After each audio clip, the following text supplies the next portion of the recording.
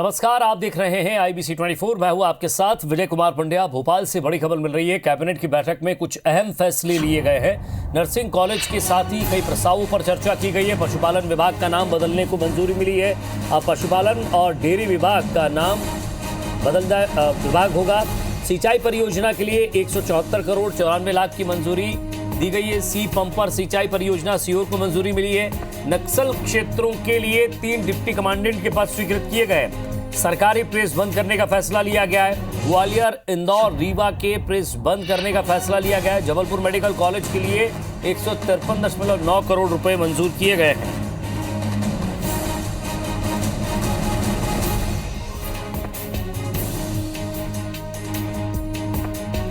तो मुख्यमंत्री शिवराज सिंह चौहान ने कहा है कि इस कैबिनेट बैठक में कि अपने विभाग में मंत्री मजबूत पकड़ बनाएं, हर सोमवार को अपने विभाग की समीक्षा करें।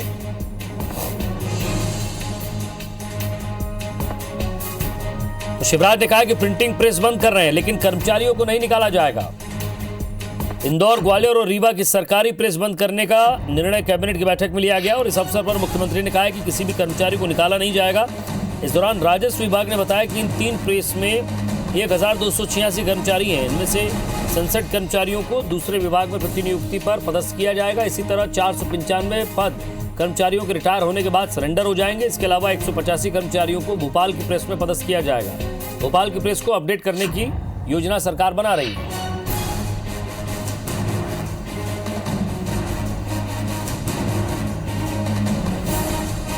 विभागवार समीक्षा के अंदर मध्य प्रदेश में संचालित नर्सिंग पाठ्यक्रम के संचालन के संबंध में, नवीनकरण के संबंध में, सीटबद्ध और मान्यताओं के शैक्षणिक सत्र के संबंध में भी एक प्रस्ताव पास हुआ है। ग्वालियर, इंदौर और रीवा में शासकीय मुद्रणालय जो थे उन्हें बंद करके अब भोपाल में ये मुद्रणालय रहेगा और आधुनिक तकनीकी से जो नवीन टेक्नोलॉजी है उसके तहत इसका प्रारंभ होगा। और इधर इंदौर से बड़ी खबर मिल रही है। STF और खाद्य विभाग की संयुक्त कार्रवाई है। मिलावटी हींग बनाने की फैक्ट्री पर छापा पड़ा है। 14 क्विंटल मिलावटी हींग जब्त की गई है। 31 क्विंटल हींग बनाने की सामग्री जब्त की गई है। तो ओलोरेसिन कैप्सिकम केमिकल बनाकर यह हींग बनाई जा रही थी। तो मिलावट में यहां कुछ तथ्य भी सामने आए हैं। तो मिलावट से मुक्ति अभियान के तहत यह छापा मारा गया है।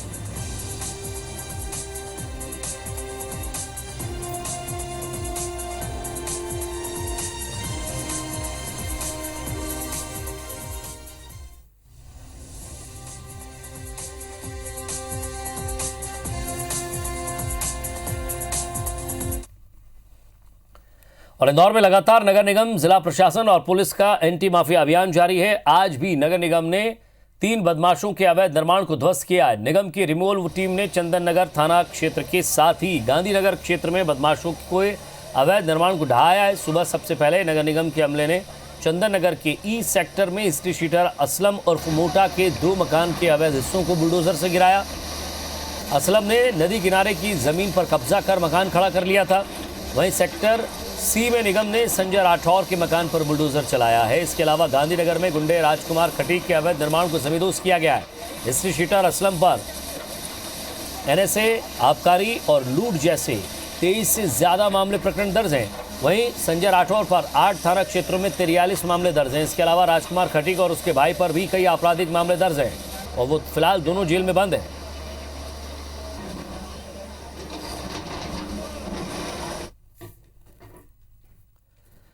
और देवास में शिवराज सरकार के एंटी माफिया मुहिम के तहत नामी गिरामी बदमाश सईद के अवैध अतिक्रमण पर कार्रवाई की गई है। जिला प्रशासन, नगर निगम और पुलिस विभाग ने संयुक्त कार्रवाई करते हुए 4 JCB मशीन डंपर और आधा दर्जन से अधिक ट्रैक्टर ट्रॉलियों के साथ अतिक्रमण को हटाने की कार्रवाई की है। अमले ने बाईपास से अधिक अवैध यहाँ निर्माण तोड़ने की कार्रवाई शुरू की। वहीं बदमाश सईद अवैध शराब बेचने के मामले में अभी जेल में बंद है।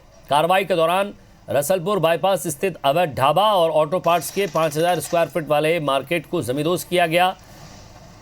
अतिक्रमण तोड़ने में 4 घंटे तक का समय लगा है। डिप्टी कलेक्टर प्रिया वर्मा ने बताया कि पूरा निर्माण अवैध है। वहीं नगर निगम से बिना परमिशन लिए और डायवर्जन से ज्यादा का निर्माण किया गया था, जिसे धराशायी कर दिया गया है।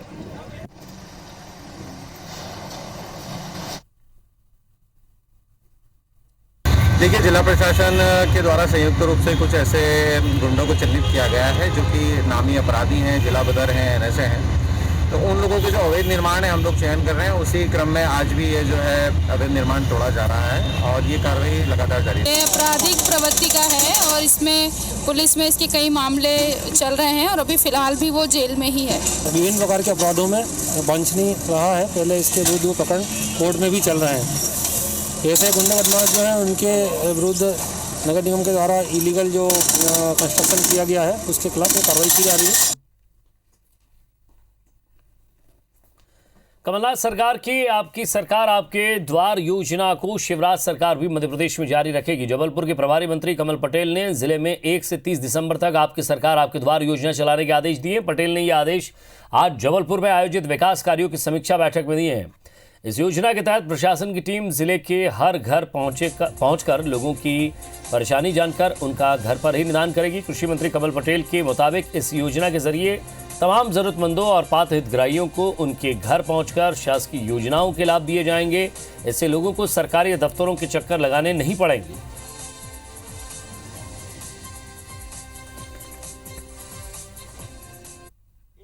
तक 1 तारीख से लेकर 30 तारीख तक शहर और ग्रामीण दोनों क्षेत्र में एक अभियान चलाया जाए। आपकी सरकार आपके द्वार, किसी भी नागरिक को तहसील के, पंचायत के, जिले के, किसी भी कलेक्ट्रेट के चक्कर नहीं लगाने पड़े।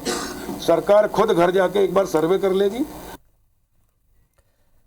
खेलों और खिलाड़ियों के प्रोत्साहन के लिए खेल मंत्री यशोधरा राजे सिंधिया ने चरणबद्ध योजना बनाकर काम करने की वकालत की है। जबलपुर के रानीताल स्टेडियम परिसर में हुई खेल अधिकारियों की बैठक में मंत्री ने साफ तौर पर कहा कि जबलपुर बड़ा शहर होने के बावजूद भी खेल गतिविधियों के मामले में पिछड़ा है, लिहाजा ऐसी योजना बनाई जाए जैसे जबलपुर भी प्रदेश के भोपाल, ग्वालियर और इंदौर जैसे महानगरों की कतार में शामिल हो जाए। खेल मंत्री यशोधरा राजे सिंधिया ने सभी विभागों की खेल गतिविधियों को एक मंच पर लाए जाने पर जोर दिया है। जबलपुर में बड़ी खेल प्रतियोगिताओं के आयोजन को लेकर पूछे गए सवाल पर खेल मंत्री ने कहा कि बड़े स्तर पर प्रतियोगिताओं का आयोजन का जिम्मा फेडरेशन और खेल संघों का होता है, लिहाजा खेलों के मामले में जबलपुर के पिछड़ने के लिए विभाग को जिम्मेदार नहीं ठहराया जा सकता। जबलपुर एक इतनी बड़ी जगह है तो हम उसके लिए उसी तरह से हम यहाँ भी क्या गतिविधियाँ कर सकते हैं, बजटरी अलाउंसेस देखने के बाद, और अपना ब्लूप्रिंट क्या बन सकता है ताकि जो भी मेरे बाद आए वो गतिविधियाँ कम ना हो और वो ब्लूप्रिंट के मुताबिक चले।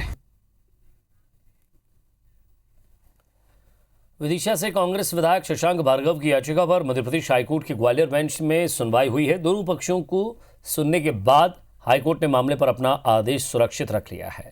दरअसल जून 2020 में कांग्रेस विधायक के घर पर कुछ लोगों ने हमला किया था और इस पर उन्होंने पुलिस थाना देहात में 26 जून को प्रकरण दर्ज कराया था। याचिका में आरोप लगाया गया था कि भाजपा नेता मुकेश टंडन और अन्य नेता ने घर में घुसकर मारपीट की है, लेकिन पुलिस में सामान्य धाराओं में मामला दर्ज किया गया है।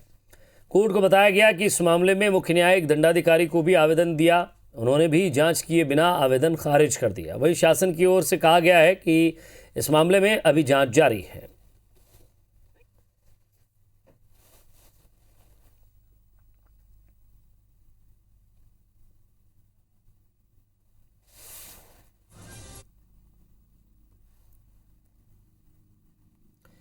एक तरफ किसान केंद्रीय बिलों को लेकर आंदोलन कर रहे हैं तो वहीं दूसरी ओर किसानों की आय बढ़ाने के लिए उनकी उपज विदेशों में भेजने की तैयारी की जा रही है। दरअसल मध्य प्रदेश के किसानों की उपज अन्य राज्यों में भेजने के अलावा विदेशों में भी भेजी जाएगी। इसके लिए सांसद शंकर लालवानी ने मध्य प्रदेश में पहली इंटरनेशनल कार्गो फ्लाइट शुरू करने का फैसला लिया है। केंद्र सरकार की अनुमति के बाद किसानों को जल्द फ्लाइट की सौगात मिलेगी। इसके लिए तैयारी अंतिम चरण में है। सांसद लालवानी का कहना है कि किसानों को बेहतर सुविधा देने के लिए सरकार प्रयासरत है। इंदौर और आसपास के जिलों में आलू के अलावा सोयाबीन अधिक होता है। अब इन सभी चीज़ों को कार्गो फ्लाइट से विदेशों में भेजा जाएगा। आपको बता दें कि मंगलवार को ही रेलवे ने किसान रेल शुरू की थी, जिसके माध्यम से 180 टन प्याज गुवाहाटी भेजी गई है।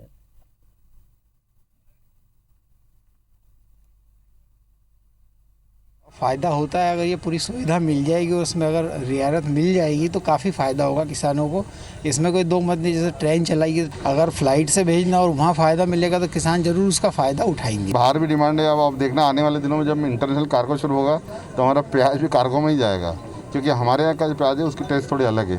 हमने बाहर का एक्सपोर्ट करा हुआ प्याज भी खाया है। मध्य प्रदेश में कोरोना के मामले तेजी से बढ़ते जा रहे हैं। पिछले 24 घंटे में कोरोना के 1773 नए मामले सामने आए हैं। अकेले राजधानी भोपाल में कोरोना के 329 नए मरीज मिले हैं। प्रदेश में 1773 नए मरीज मिलने के बाद अब कुल मरीजों की संख्या 1,98,000 से ज़्यादा हो गई है। वहीं प्रदेश में 13,000 से ज़्यादा एक्टिव मरीज हैं। राज्य में पिछले 24 घंटों में इस बीमारी से 14 और व्यक्तियों की मौत हुई है, जिससे मरने वालों की संख्या 3,197 हो गई है।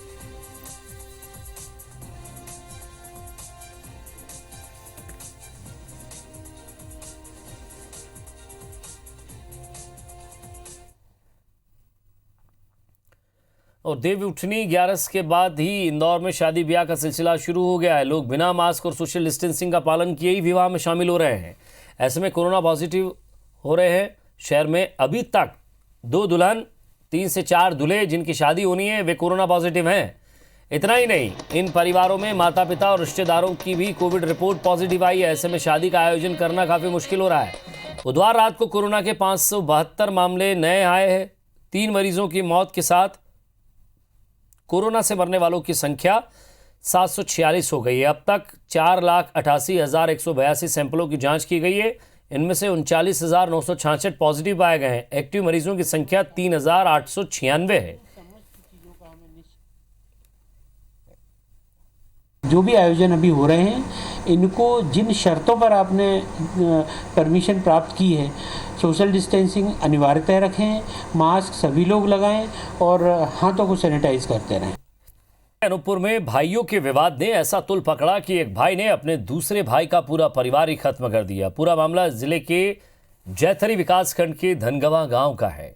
यहां आरोपी दिवक विश्वकर्मा ने आए दिन भाई से होने वाले विवाद के चलते रात को सो रहे अपने भाई, भाभी, भतीजे, भतीजी को जिंदा जला दिया। पूरी वारदात रात के 1:30 बजे से 2 बजे के बीच की है।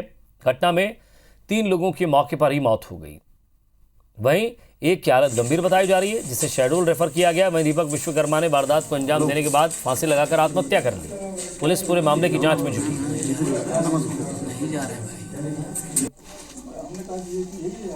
ब्लास्ट हुआ, आवाज़ आया, पड़ोसी हमारे चिल्लाए, मेरे बड़े पिताजी के लड़के हैं, वो बोले आग लग गई है। जब देखा तो पूरे सब जल रहा था, पूरा मकान। खबर मिली कि यहाँ पर आग लगी है। तो ये विश्वकर्मा, उसकी पत्नी कस्तूरिया और एक लड़की निधि, वो तीनों घर में ही, मतलब ये तीन जो शेड लगा है इसमें नीचे लकड़ी वकड़ी का काफ़ी है, तो वो आग लगने से उनकी तीनों की मौके पर मृत्यु हो गई है। उनका लड़का वो घायल है, अभी अस्पताल में जांच कर रहे हैं। और संभावना इसी बात की है कि उसने बाहर से घर में आग लगा के खुद आत्महत्या कर ली। रतलाम में बेखौफ बदमाशों ने एक ही परिवार के 3 लोगों की गोली मारकर हत्या कर दी। इसके बाद आरोपी स्कूटी लेकर फरार हो गया। रतलाम के राजीव नगर क्षेत्र में एक ही परिवार के 3 लोगों की देर रात गोली मारकर हत्या कर दी गई। हमलावरों ने घर में रखे सामानों से कोई छेड़खानी नहीं की। मृतकों में पति, पत्नी और बेटी शामिल है। जानकारी के मुताबिक मृतक गोविंद राम हेयर सैलून की दुकान में काम करता था। पत्नी शारदा हाउसवाइफ थी। वहीं बेटी दिव्या प्राइवेट सेक्टर में जॉब करती थी। पुलिस के अनुसार पूछताछ के दौरान पता चला कि मृतकों के यहाँ कई लोगों का आना जाना लगा रहता था। बहरहाल पुलिस मामले की जांच में जुटी हुई है।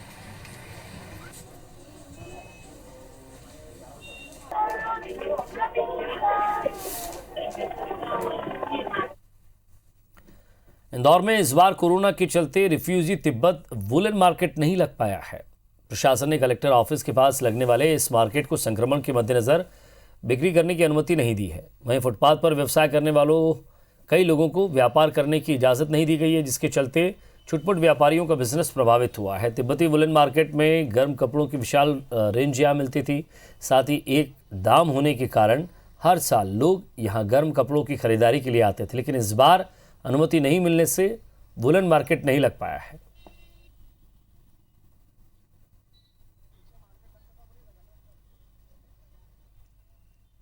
अरे साहब उसके बंद होने से तो हम लोगों का जो माल रखा हुआ है यही बिक जाए तो बहुत बड़ी बात है। धंधे पानी बिल्कुल नहीं है यहाँ।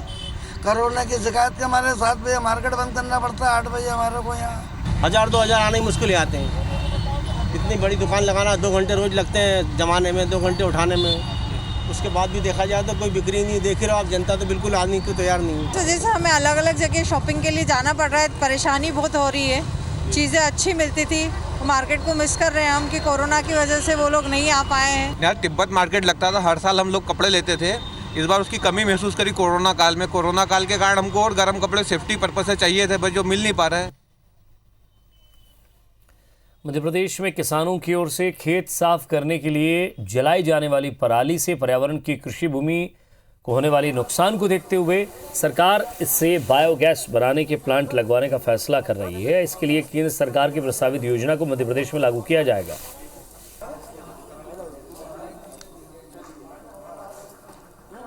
आम के आम, गुठली के दाम किसान की आय उससे भी बढ़ेगी। प्रदूषण रुकेगा, पर्यावरण की रक्षा होगी। जो फलदार वृक्ष आग लगाने से जल जाते हैं वो नहीं जलेंगे, मिट्टी की गुणवत्ता खत्म होती, मित्र कीड़े मरते हैं वो नहीं मरेंगे, गांव में आग लगती है उससे भी खतरा खत्म होगा। और इसी के साथ एथेनॉल भी बनेगी उससे। तो वो डीजल पेट्रोलियम मंत्री ने कहा कि हम सब खरीदेंगे। इस प्रकार किसान की आय हम बढ़ाना चाहते हैं। आर्थिक तंगी से जूझ रही मध्य प्रदेश सरकार को एक बार फिर गौण खनिज यानी कि माइनर मिनरल्स की याद आ गई है। प्रदेश का खनिज विभाग जल्द ही गौण खनिजों की खदानें नीलाम करने की योजना बना रहा है, जिससे सरकार को करीब 1000 करोड़ रुपए का राजस्व मिलने वाला है। मध्य प्रदेश के खनिज मंत्री बृजेंद्र प्रताप सिंह ने गौण खनिजों की खदानों की नीलामी से सरकार के राजस्व में बढ़ोतरी होने और प्रदेश में रोजगार बढ़ने की उम्मीद जताई है। जबलपुर पहुंचे खनिज मंत्री बृजेंद्र प्रताप सिंह ने IBC 24 से खास बातचीत में कहा कि जिन 31 मिनरल्स को मेजर से माइनर मिनरल्स में शामिल किया गया है, उनमें से 10 माइनर मिनरल्स प्रदेश में मिलते हैं और अब इनकी खदानों की नीलामी से सरकार को राजस्व और लोगों को रोजगार मिलेगा। आपको बता दें कि चूना, कंकड़, अभ्रक, चौक, चीनी मिट्टी, सलीला बालू, स्लेट, सॉप स्टोन, लेटराइट और क्वार्टर सहित 10 माइनर मिनरल्स प्रदेश में बहुलता से उपलब्ध हैं।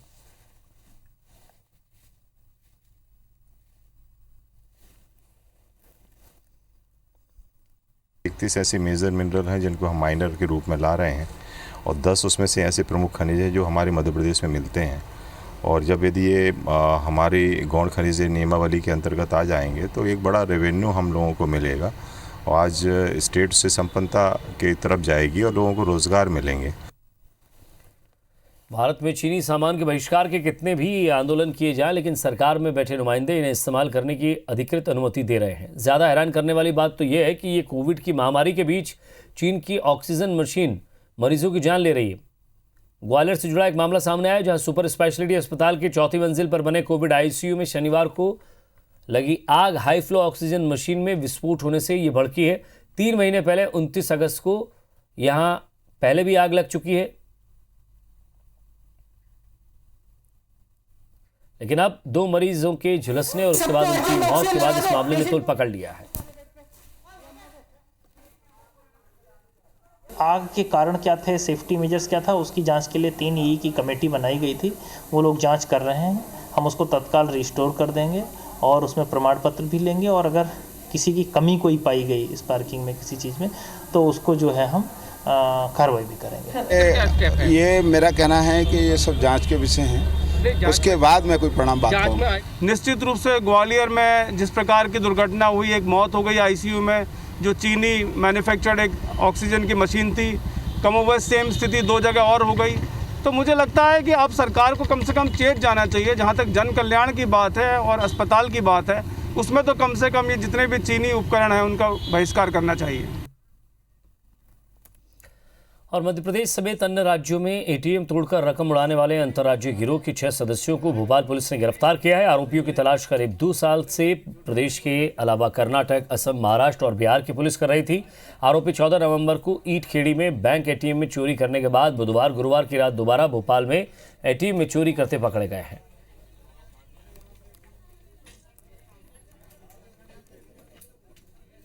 इन्होंने अभी 23 और 24 की दरमियानी रात में शोलापुर महाराष्ट्र में 3 जगह ATM काटे। इसी गैंग ने जो 6 सदस्य हमें मिले हैं। तो इन लोगों ने जो वारदात शोलापुर महाराष्ट्र में की थी, 3 वारदातें 24 और 25 के दरमियानी रात में, 23 और 24 के दरमियानी रात में, उसका भी कैश रिकवर हुआ है। और आज पूरा देश संविधान दिवस मना रहा है। इससे जुड़ी एक रोचक जानकारी आज हम आपको बता रहे हैं। ग्वालियर की सेंट्रल लाइब्रेरी में संविधान की मूल प्रति रखी है। 31 मार्च 1956 को ये प्रति यहाँ लाई गई थी। उस वक्त देश के अलग अलग हिस्सों में संविधान की कुल 16 मूल प्रतियां भेजी जा रही थी। ग्वालियर मध्य प्रदेश के उन इकलौते शहरों में है जहां इस मूल प्रति को भेजा गया था। ये प्रति कई मायनों में खास है। इसके आवरण पृष्ठ पर स्वर्ण अक्षर अंकित है। प्रति के कुल 479 पेज हैं और इसमें संविधान के अनुच्छेद 344 से लेकर 351 तक उल्लेखित हैं। इतना ही नहीं, संविधान सभा के 308 सदस्यों के मूल हस्ताक्षर भी इस प्रति में मौजूद हैं।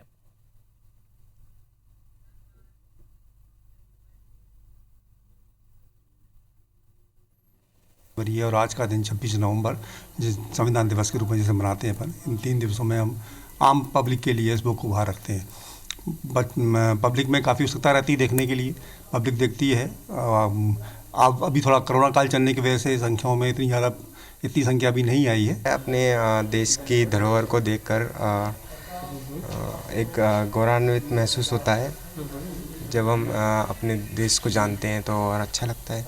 जो हम पढ़ते हैं, हमने 12th क्लास में हम लॉ के स्टूडेंट सर, तो हमने सिर्फ संविधान के बारे में ये पढ़ा था कि संविधान ऐसा होता है, इसमें ऐसे आर्टिकल्स होते हैं, अमेंडमेंट्स होते हैं, लेकिन हमने कभी रियल में ऐसा देखा नहीं था कि ऐसा होता है। और इसी के साथ फिलहाल इस बुलेटिन में इतना ही। नमस्कार।